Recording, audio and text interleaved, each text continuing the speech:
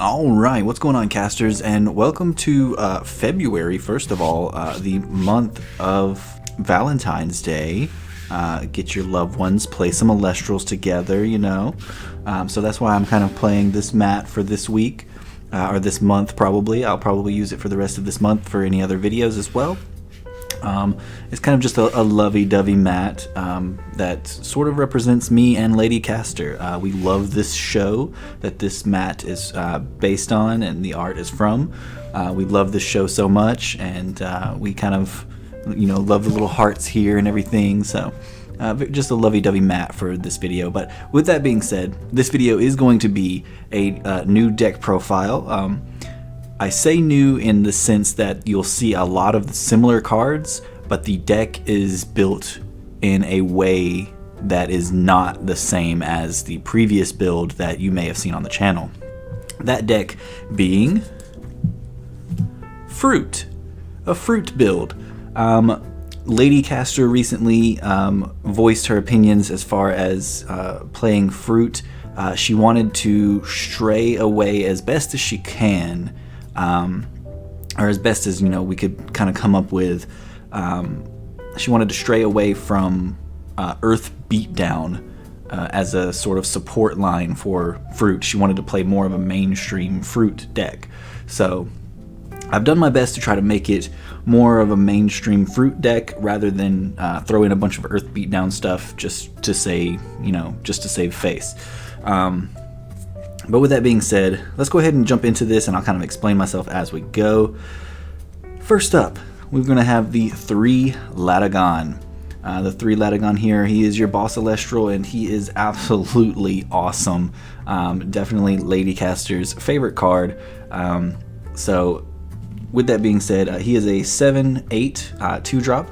When a player casts Ambrosia or Golden Apple of Discord, you can target and destroy a card. Simple as that. Just very, very strong card with really cool destruction ability. And that's going to be your boss creature, or your boss Elestral. Next up, we have our second 2-drop, which is Scavengem. Scavengem is simply there just to search out cards. Very good search ability here. You usually don't see him too much, but if you do, he can help you out a ton. He's got a very big defense, and his ability is absolutely amazing. He's a 4/6. When you ascend into the Scavengem, you can expend one Earth in order to search your deck for up to 2 cards. He can search 2 cards with enchantment cost 1 Earth or 2 Earth and add them to your hand. Very, very good there. Any 2 cards in your deck, you're more than likely going to search out, except for maybe 1 card. But yeah, you're pretty much going to be able to search out any of the Earth cards that you need. If you need Latagon, if you need some 1-drops, if you need your Divine Ruins or Earthquakes or anything like that, like, you're going to be able to search out whatever you need with Scavengem, which is absolutely amazing. So we're going to run one of him. And then, just because we need a little bit of power on those early turns, those 1-drop turns, we do run the 3 Viscerous, just because Viscerous himself is an amazing card. Absolutely amazing ability. He's a 4/2 that can boost himself up by 1 for every Viscerous on the field, including himself. So he starts out as a 5/2, and if he destroys an Elestral, he can bring out another one of himself onto the field into defense mode. Very, very good. Absolutely amazing card, and can start swarming the board very, very fast. I do recommend, if you're going against the Earth Mirror match though, I do recommend siding out 3 Tectorus here as siding out for the Viscerous, because Viscerous' numbers will not see the same numbers as Tectorus, and Tectorus will run over you in mirror matches. So I do recommend siding out the Viscerous in a mirror match with Tectorus. You can try to play Tectorus if you don't have the Viscerous as well, which is perfectly fine. You just need something that you can get some early pressure with your 1-drops. You don't have to play both of these. You don't have to play the Earth Beatdown package. You just need a little something extra so that you can, you know, have something strong on board from the start. So Tectorus is not actually in this build. I just have him here as a sort of example, but we do run the 3 Viscerous. And then 3 of arguably the most important 1-drop in the deck is going to be your 3 Equal Links. Is a 4/3, and you can Nexus up to 2 Earth. When you do, you can target and destroy a ruin. Absolutely amazing. If you play Wind, you really love this ability because it reminds you of P-Gust. P-Gust and Equal Links are phenomenal cards because they help you play safely and get rid of problem counter runes that your opponent probably has. Absolutely amazing cards there. And plus it's a 4 attack, which is really, really good, especially for Earth. Anything that's 4 or above is just phenomenal for Earth because you have such strong attack capabilities with these cards. But yeah, so probably the best 1-drop to have, in my opinion. Viserys is very, very nice, but I would personally, if I like get a search or something like that and I need a 1-drop, I'm going to be searching for the Equal Links personally 9 times out of 10. So then we run the 3 Drataya. The 3 Drataya because this is a Froot build. So we're going to be putting this sucker into defense mode and hoping we can draw a lot of cards off of him. Very, very good card. Lots of draw capabilities, some stall capabilities with a 4 defense. Very, very good. When a player casts Ambrosia, you draw 2 cards. Phenomenal. Awesome draw power there. And then we're going to be running 2 Rummagem. Just because I know a lot of people really love to play 3 of him, but I'm a firm believer in if you would rather have one of these cards that he searches and just puts in your hand, why wouldn't you just play more good cards rather than having a bad card that searches for your good cards, if that makes sense? Like, I don't know. In my head it makes sense, it may not in the long run, but 2 Rummagem, just for that fact. You play him, he's pretty weak, he's got a 3 defense, which is his highest stat, but you play him and he you normal cast him and he can search out any 1-cost Earth Elestral and add it to your hand. Yeah, so you're basically searching out any of these guys for the most part. 9 times out of 10, like I said, if I search with Rummagem, it's probably going to be the Equal Links that I'm searching out for.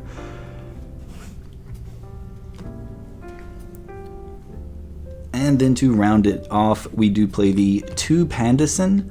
I like 2 Pandison just because it is a 4 defense, which is pretty high, and you can disenchant an Earth from this in order to get back some of your Invoke runes, which is very, very good in this particular build because you do focus pretty heavily on Invoke runes. If I had to spoil the rest of the deck, you do focus pretty heavily on Invoke runes rather than counter runes in this deck.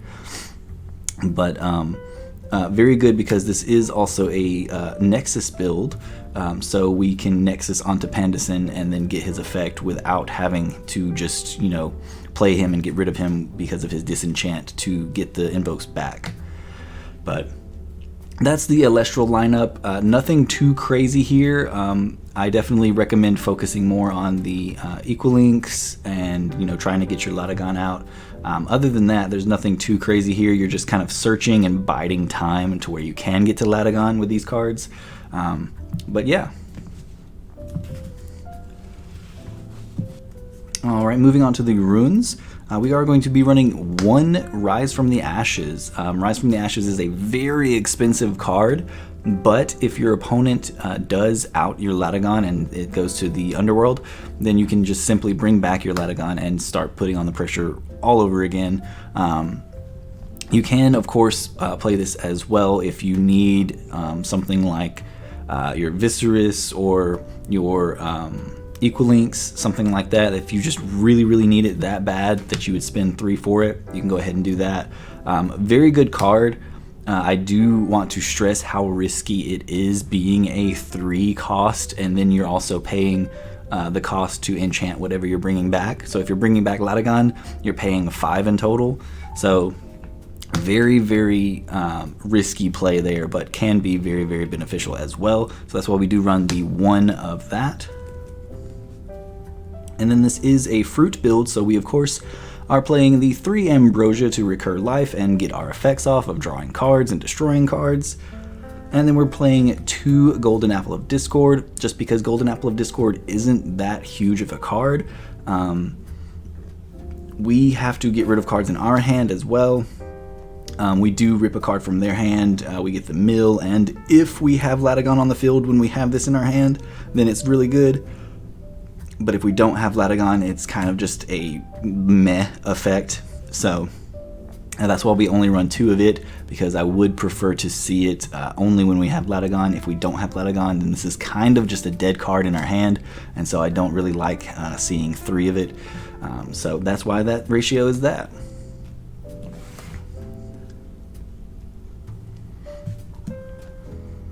And then we have our 3 Demeter.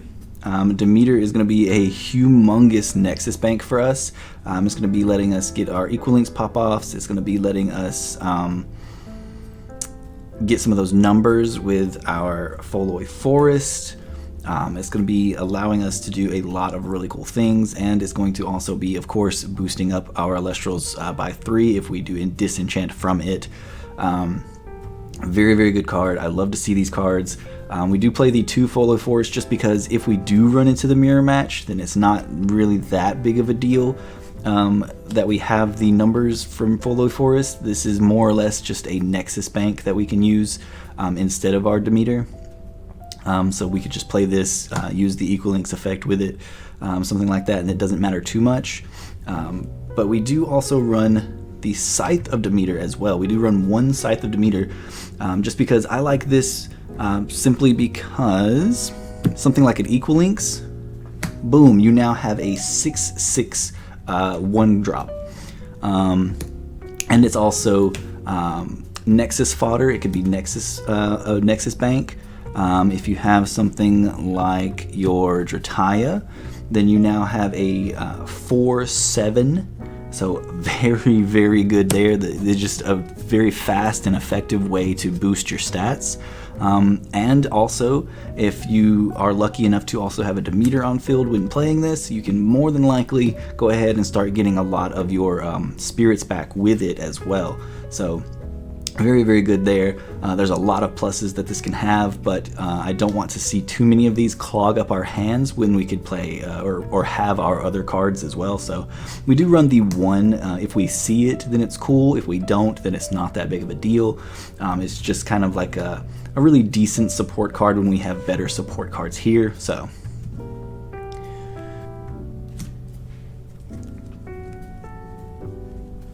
and then we're going to be playing 3 Circle the Sky because this is a Nexus build. We want to be able to have a lot of our pressure be with the spirits. So Nexusing from our Nexus banks onto our Elestrals can be a lot of pressure. Say we have a Foloi Forest, we just Circle the Sky onto a Viscerous, and now our Viscerous is infinitely more powerful, or our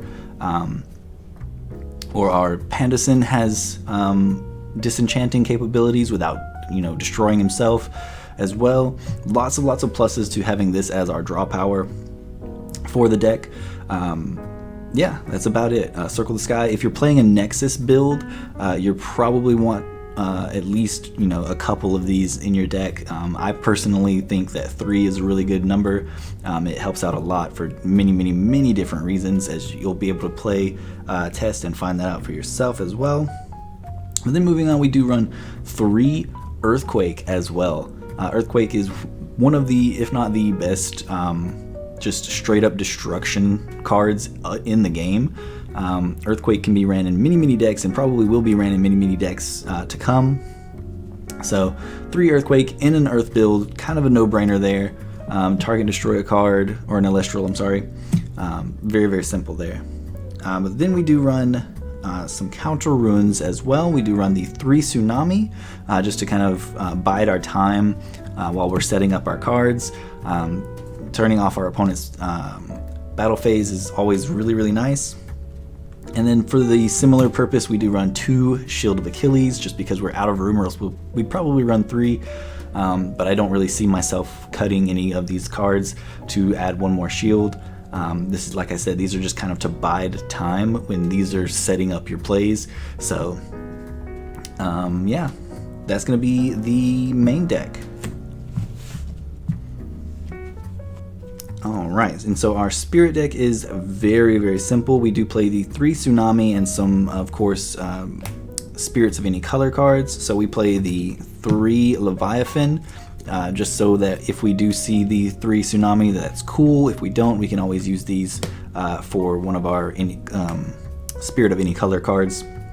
But then other than that, we do play, of course, the 17 Earth Spirits. So 17 and 3, very, very straightforward, very, very simple. This is a Earth build, just with a splashing of water in the counter runes. And then I don't really have a side deck for this, but I'm sure you could imagine the Gorgon's Gazes and all that fun stuff. The Tectorus, like I mentioned before, you could swap the Tectorus out for Viserys, for your Viserys if you're going against the mirror matches, or if you just don't have the Viserys, that's perfectly fine as well. Yeah, but that's pretty much it. That's my Earth Froot Nexus build. Whatever we would call this, I don't really have a name for it. It's just Froot with more of a Nexus focus. So hopefully that helps you guys out. Hopefully you guys have a lot of fun with this build. I know I have. I've tested it out a few times now, and it's really fun in my opinion. Very, very fruit heavy, and yeah. So thank you guys so much for watching. If you enjoyed this, let me know in the comments down below. Let me know what you guys would change. And yeah, so have a great February, guys. This lovey-dovey Valentine's coming up. Let me know who's your Valentine's in the comments down below. And I'll see you guys in the next one. Peace.